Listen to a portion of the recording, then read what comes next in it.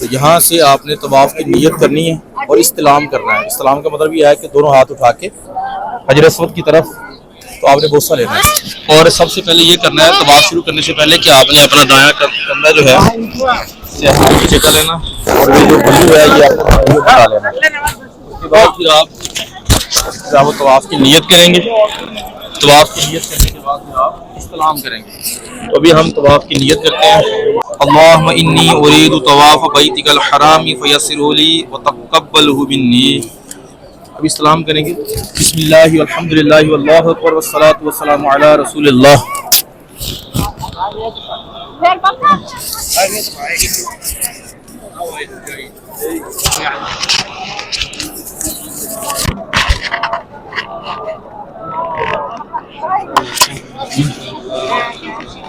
ابھی ہمارا پہلا چکر شروع ہو چکا ہے، تو ہر چکر کی علیحدہ سے ایک دعا ہے، تو اگر آپ کو کوئی دعا نہیں آتی تو آپ درود پاک کی کثرت کیجیے، اور ربنا آتنا فی الدنیا حسنۃ وفی الآخرۃ حسنۃ وقنا عذاب النار یہ دعا پڑھیے۔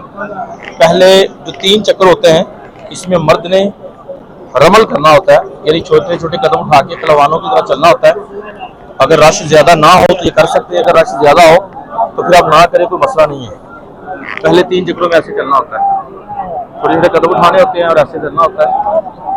تو ابھی ہم انشاءاللہ اگلا جو دوسرا اسٹیپ تھا عمرہ شریف کا، اگلا اسٹیپ بعد میں بتائیں گے۔ ابھی انشاءاللہ ہم طواف عمرہ مکمل کر لیں گے۔ اللہ اکبر والصلاۃ والسلام علی رسول اللہ۔ الحمدللہ ہمارے طواف کے 7 چکر مکمل ہو چکے ہیں، اور یہ یہاں پر ایک اہم مسئلہ یاد رکھیے کہ جو استلام ہے، یعنی حجر اسود کی طرف ہاتھ اٹھا کے جو چومنا ہوتا ہے یہ 8 مرتبہ ہوتا ہے، لیکن جو چکر ہوتے ہیں یہ 7 ہوتے ہیں۔ یعنی پہلے جب ہم نے شروع کرنا ہوتا ہے تو استلام کرنا ہوتا ہے، اور جب ہم نے آخر کر لینا ہوتا ہے تو اینڈ پہ پھر استلام کرنا ہوتا ہے، اور وہ 8واں استلام ہوتا ہے۔ اس کے بعد آپ کے چکر موقوف ہو جاتے ہیں، اور کچھ لوگ جو ہے وہ کندھے کو جو ہے وہ ننگا ہی رکھتے ہیں، اس کو کہتے ہیں استباح۔ یہ صرف طواف کے دوران کرنا ہے، اس کے بعد آپ نے اپنے کندھے کو کھلا نہیں چھوڑنا، بلکہ آپ نے اپنے کندھے کو ڈھانپ لینا ہے، اور باقی جو عمرے کی چیزیں رہ گئی ہیں وہ آپ نے مکمل کرنی ہے۔ ابھی طواف مکمل ہو گیا، تو طواف کے بعد مقام ابراہیم کے قریب جو نفل پڑھے جاتے ہیں وہ واجب ہیں، اور وہ لازمی پڑھنے ہوتے ہیں۔ تو اب ہم مقام ابراہیم کے قریب کوئی جگہ ڈھونڈتے ہیں جہاں پر ہم نفل پڑھ سکیں۔ 2 نفل ادا کرنے کے بعد وہاں پر دعا کریں گے، دعا کرنے کے بعد پھر ہم جائیں گے ملتزم پر۔ یہ سامنے خانہ کعبہ کا دروازہ اور جہاں پر حجر اسود ہے اس کے درمیان میں چھوٹی سی جگہ ہے جس کو ہم ملتزم کہتے ہیں، وہاں پر دعا کرنی چاہیے کہ حضرت جبریل علیہ السلام کو اکثر وہاں پر روتے ہوئے اور اللہ کی بارگاہ میں دعا کرتے ہوئے دیکھا گیا ہے۔ تو آپ اپنا چہرہ لگائیں، سینہ لگائیں، دعا کریں، گریہ زاری کریں، جتنا ہو سکے وہاں پر آپ دعا کریں۔ وہ دعا کرنے کے بعد دوبارہ پھر ہم جائیں گے آب زمزم کے پاس، تو وہاں پر ہم پانی پئیں گے۔ پانی پینے کے بعد دوبارہ پھر ہم آ کر استلام کریں گے، اور ہم سعی کرنے کے لیے صفا مروہ کی طرف چلے جائیں گے۔ یہ سامنے مقام ابراہیم ہے، یہ جو آپ کو گنبد سا سنہری رنگ کا نظر آ رہا ہے، اس میں حضرت ابراہیم علیہ السلام کے قدم لگے ہیں، اور قرآن پاک میں اللہ تعالیٰ نے ارشاد فرمایا وَاتَّخَذُوا مِن مَقَامِ ابراہیم مصلی، کہ ابراہیم علیہ السلام کے کھڑے ہونے کی جگہ پر نماز پڑھو، یعنی مصلی بناؤ۔ تو یہاں پر اس کے سامنے نماز پڑھیں گے انشاءاللہ۔ اچھا، یہ ہم نے مقام ابراہیم کی طرف 2 نفل پڑھ لیے ہیں، تو اس نماز کا فائدہ کیا ہے یہ میں آپ کو حدیث پڑھ کے سناؤں گا، کہ حدیث مبارکہ میں ہے کہ اللہ عز و جل جب آپ نے یہاں پر نفل پڑھ لینے ہیں، حدیث پاک میں ہے کہ اللہ تعالیٰ فرماتا ہے جو یہ دعا کرے گا میں اس کی خطا بخش دوں گا، غم دور کر دوں گا، محتاجی اس سے نکال لوں گا، ہر تاجر سے بڑھ کر اس کی تجارت رکھوں گا، دنیا ناچار و مجبور اس کے پاس آئے گی اگرچہ وہ اسے نہ چاہے۔ تو یہاں پر ایک دعا دی گئی ہے، اگر وہ آپ کے پاس ہے یا آتی ہے تو ٹھیک ہے، ورنہ آپ اپنی کسی بھی زبان میں یہ دعا پڑھ سکتے ہیں۔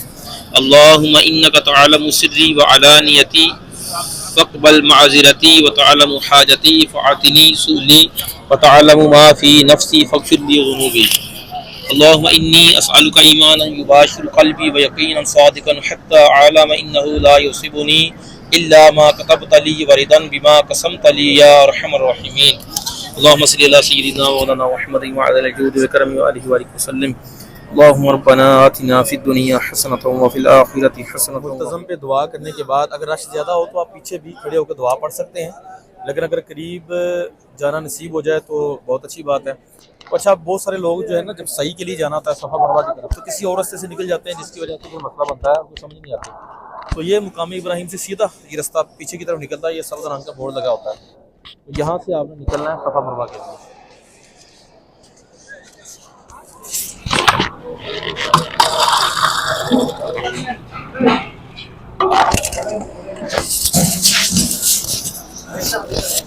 بسم اللہ الرحمن الرحیم۔ ہم آب زمزم کے کولر، یہ مقام ابراہیم کے بالکل پیچھے آ جائیں تو یہاں پر آب زمزم کے کولر موجود ہوتے ہیں، یہاں پر ٹھنڈا پانی بھی ہوتا ہے اور سادہ پانی بھی ہوتا ہے۔ تو حدیث میں آیا ہے کہ آب زمزم جس نیت سے بھی پیا جائے وہ اسی کے لیے ہے۔ اگر آپ بیمار ہیں، شفا حاصل کرنا چاہتے ہیں تو آپ اس کی نیت کر لیں، اس کے بعد آب زمزم پینے سے بیماریاں دور ہوتی ہیں، شفا حاصل ہوتی ہے، نظر تیز ہوتی ہے۔ اور اگر ہم اس کے چلو جو ہیں یہ سر میں ڈالیں تو اللہ تعالیٰ ذلت اور رسوائی کو دور فرماتا ہے۔ تو آب زمزم کھڑے ہو کر خانہ کعبہ کی طرف منہ کر کے بسم اللہ شریف پڑھ کے آپ پیئیں، اس کے بعد آپ دعا فرمائیں، اللہم انی اسألک علما نافعا وفہما کاملا وقلبا ذکیا وقلبا سدیا ورزقا واسعا وحلالا طیبا وشفاء من کل داء۔ تو ابھی انشاءاللہ ہم آب زمزم شریف سے ہوا نوش کرتے ہیں۔ بسم اللہ الرحمن الرحیم۔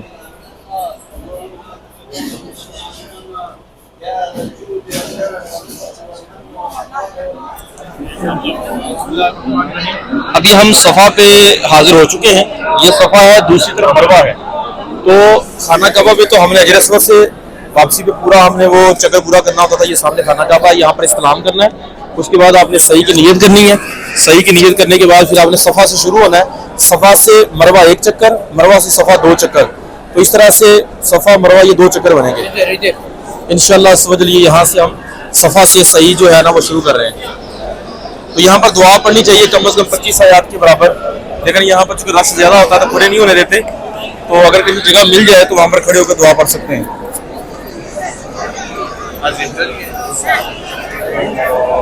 اللہم انی ارید السعی بین الصفا والمروہ سبعۃ اشواط لوجہک۔ دیکھیں ماشاءاللہ لوگوں کا سمندر ہے، سیلاب آیا ہوا ہے ہر طرف، اور اس میں کچھ جگہوں پہ آپ کو سامنے سبز رنگ کی لائٹیں نظر آئیں گی، وہاں پر آپ نے تھوڑا سا دوڑنا ہوتا ہے مردوں نے، یہ آپ کو تھوڑا سا آگے چل کے ہم دکھاتے ہیں۔ تو اس میں صفا سے اترنے کی دعا ہے، پھر ساتھ ساتھ آپ درود پاک پڑھیں، ربنا آتنا فی الدنیا، یہ والی دعا پڑھیں، کوئی بھی مسئلہ دعا پڑھیں، درود پاک پڑھیں اور نگاہیں نیچے کیے ہوئے چلتے رہیں۔ تو یہ جو سامنے لائٹیں نظر آ رہی ہیں نا سبز رنگ کی، جہاں سے یہ شروع ہوتی ہیں یہاں سے بھاگنا، اور جہاں یہ ختم ہوتی ہے وہاں پر بھاگنا بند کر دینا اور پھر پیدل چلنا شروع کر دینا، یہ دونوں طرف ایسے ہی ہے۔ تو ہم صفا سے مروہ کی طرف جا رہے ہیں، یہ پیچھے جو پہاڑ تھا جہاں سے ہم اترے ہیں یہ صفا ہے، اور اس طرف جس طرف ہم جا رہے ہیں یہ مروہ ہے۔ اور پھر میں بتا دوں کہ یہاں پر صفا سے مروہ 1 چکر ہے، اور مروہ سے واپس صفا پھر 1 چکر ہے، یعنی 2 چکر ہو گئے، پھر اسی طرح سے صفا، پھر اسی طرح سے مروہ، اور آخری جو چکر ہوگا وہ آپ کے جو 7واں چکر ہے وہ مروہ کے آپ کے وہ اختتام پذیر ہوگا۔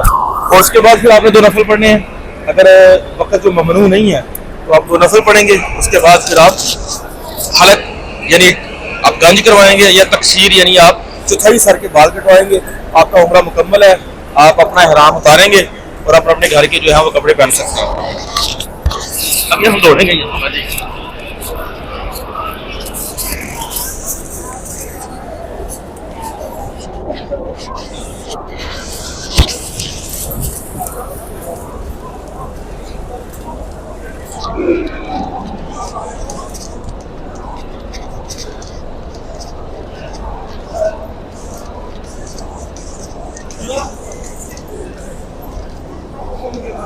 ہماری صحیح جو تھی وہ 7 چکر مکمل ہو چکے تھے، ادھر جو گیٹ ہے وہاں سے اگر ہم جائیں گے تو ہمیں کافی لمبا راستہ پڑے گا، تو اس لیے ہم دوبارہ یہ جو ہے وہ صفا کی طرف آئے ہیں۔ یہ سامنے صفا ہے اور یہاں سے باہر کی طرف خروج ہے، یعنی یہاں پر جو گیٹ ہے یہاں سے نکلیں گے تو ہم آسانی سے باہر نکل سکتے ہیں، اور پھر ساتھ ہی سالون بنے ہوئے، دکانیں بنے ہیں، وہاں پر آخری چیز جو ہماری رہ گئی ہے وہ ہم نے گنج کروانی ہے۔ تو آئیں چلیں ہمارے ابھی الحمدللہ ہم نے سالون پہ جا کے حلق کروائی ہے۔ حلق کا مطلب ہوتا ہے کہ آپ نے گنج کروانی ہے، وہ ہم نے جو ہے نا وہ حلق کروائی ہے۔ ابھی ہم ہوٹل میں آ چکے ہیں، الحمدللہ ہمارا جو عمرہ ہے یہ مکمل ہو چکا ہے۔